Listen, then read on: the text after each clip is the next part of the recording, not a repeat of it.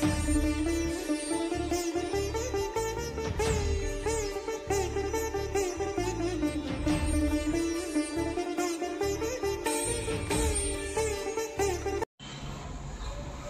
स्वामी समर्थ।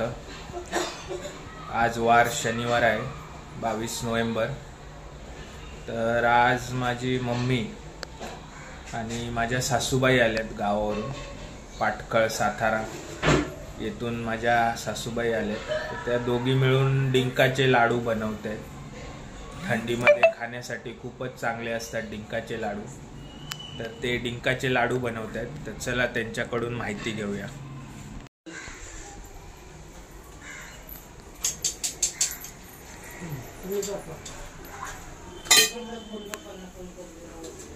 हे dry fruits भाजायचं काम चालू आहे। हे तूप आहे। हे काय आहे मम्मी, थोडी माहिती दे याच्याबद्दल जरा। हे मी सुंठ पावडर केली, सुंठ आणि त्याची पावडर तर चाळून घेते, बारीक पावडर। मग ते लाडू मध्ये मिक्स करायचे, म्हणजे स्वाद आणि तब्येतीसाठी पण चांगले असतं सुंठ। आणि हे मेथी दाणे आहेत, मेथी दाणे भाजून घेतलेत। ते आता त्याचं पीठ बारीक करून तुपात भिजत घालणार। तुपात भिजल्यानंतर कडवटपणा कमी होतो आणि लाडू बी छान होतात। चालेल। हो, अजून बी भरपूर भाजायचे, बडीशेप वगैरे सगळं। आता हे झाल्यानंतर मग भाजणार।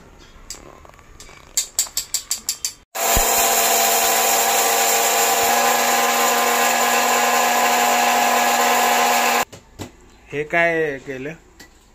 ही मेथी बारीक केली, मेथी दाणे। आता हे तुपात भाजल्यानंतर तुपात भिजत घालणार। ठीक आहे, तुपात तळून घ्यायचा। खसखस आहे भाजून घ्यायची। तुम्ही काय करताय? आम्ही गोवा नेट करतोय, गोवा भाजून घालायचा त्यात। ओवा भाजून घालायचा, बडीशेप भाजून बारीक पावडर करून घालायची। हे काय काय केलंय इथं? हे बडीशेप आहे, हे हालिम आहे, हे काळे तीळ आहे, हे सफेद तीळ आहेत। हे सगळं भाजायचं, त्याची पावडर करायची, त्यातनं घालायची। नंतर गुळ चिरायचा, गुळ घालायचा, ओवा भाजून घालायचा। चालेल। भाजून घेतले चांगली।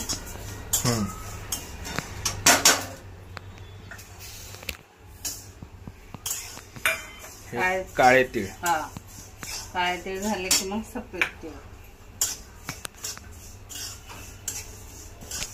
भाजून।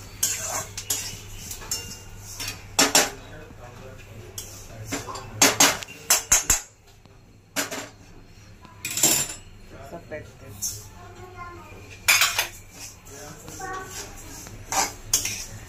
साठी तीळ चांगले। परत बोल। केसांसाठी काळे तीळ चांगले आणि सफेद तीळ वगैरे हाड मजबूतीसाठी चांगले म्हणून घालायचे असतात लाडू मध्ये। खसखस, जायफळ,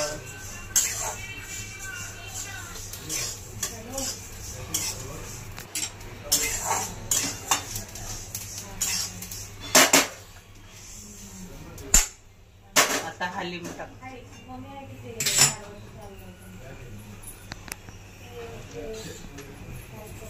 हे अळीव, हालिम बी बोलतात, अळीव बी बोलतात। बरेच नाव आहेत त्याला।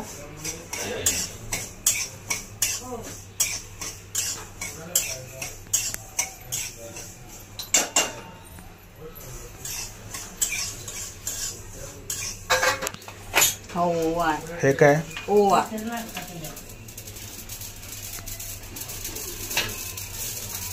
कसं तडतडतं।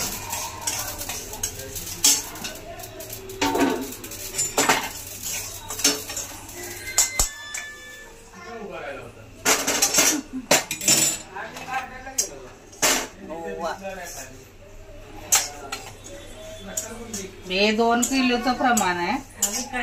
2 किलो खरका, 1 किलो खोबऱ्याचं, एवढं पाहिजे साहित्य। किती किती टाकले हे साहित्य? हे 50 ग्रॅम आहे। सर्व सांग थोडं थोडं.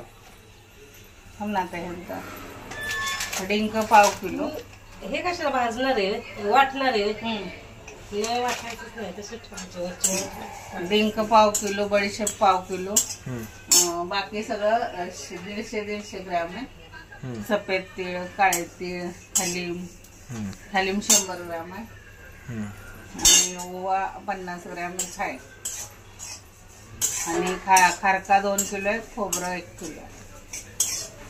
चालेल. असं प्रमाण आहे. म्हणजे सगळं आपल्याला भाजून घ्यायचं असतं खोबरं वगैरे. नाही मी वाटते म्हणून मी तर टाकला त्याच्यात.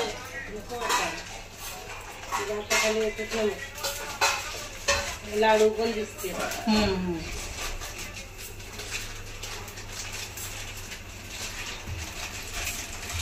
1 किलो गुळ आहे. 1 किलो गुळ तेव्हा चिरणार आता गुळ.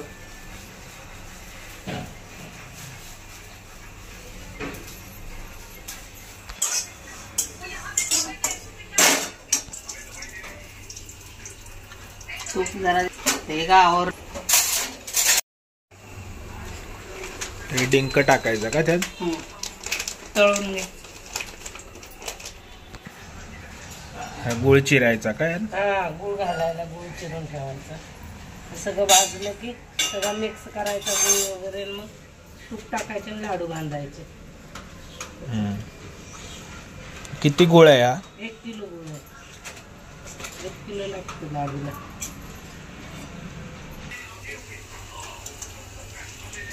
डिंक फुलतो एकदम तुपामध्ये.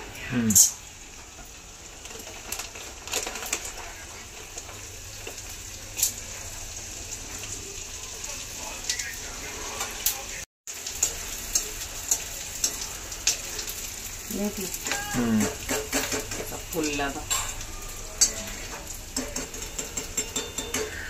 हे दातांच्या मजबूतीसाठी, हिरड्या मजबूतीसाठी खातात आणि चांगलं पौष्टिक तो खावाच प्रत्येकाला. लाडू मध्ये असा घालून तळून चांगलं असतं.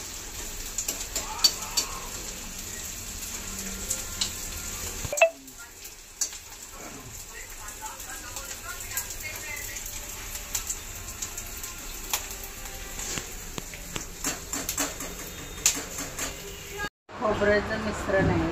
त्याच्यामध्ये आता वेलची पावडर टाकू सगळं. हे खारीक खोबरं आहे. हा त्यात सगळं ते पावडर करून टाकलेलं आहे. बडीशेप वगैरे सगळं, डिंक, गूळ आणि आता वेलची पावडर आणि जायफळ थोडं.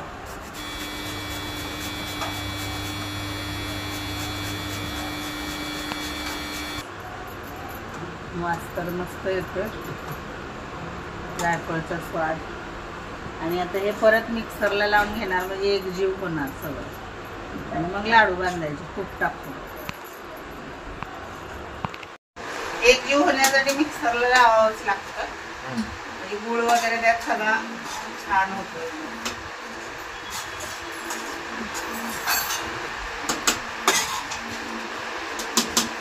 हे लाल खरकांचे लाडू आहेत. काळ्या खरकांचे बी लाडू बनतात चांगले पौष्टिक. थंडी आहे म्हणून बनवतो.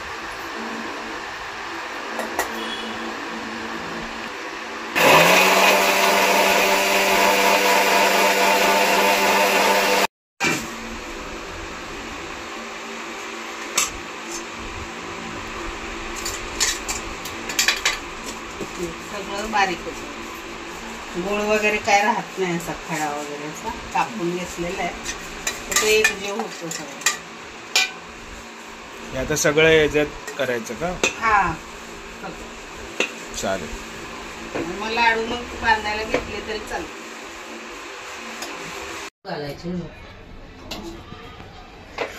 हे काय आहे? डिंक तो चुरून टाकायचा नो वरून. हे काय? ते ड्रायफ्रूट पावडर, बदाम, काजू, पिस्ता काय काय ते वेगळं टाकायचं का नंतर? ते आता वरनं टाकायचं. ते मिक्सर मध्ये बारीक जास्त नको ना. हा डिंक पण असा अख्खा टाकायचा. तो लागला पाहिजे खाताना असं बाबा तर नको म्हणतात लागला पाहिजे म्हणून ते वरण टाकायचं. बाबांनी सांगितलं गुळ नको. नको का? हा बस मिक्सरचं काम झाले. झालं. आता तूप गरम करून टाकायचं का त्याच्यात? हो तूप बांधाय कसं येणार मग? ही खसखस टाकायची वरण. खसखस ते लागली पाहिजे खाताना. तूप ओतलं.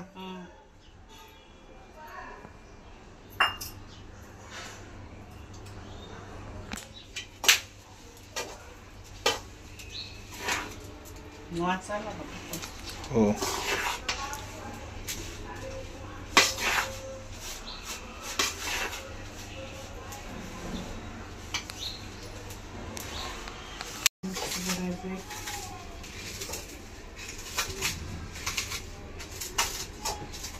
जवळजवळ 4-5 किलोचे लाडू झाले. त्याच्यामध्ये तूप टाकायचं आणि बांधायचं. तिथं पेला आहे का?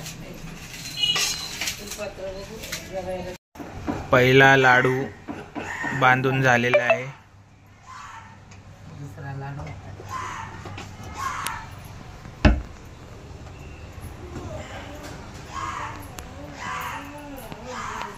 काय पाहिजे? हे आता लाडू बांधायचं आता चालू आहे काम.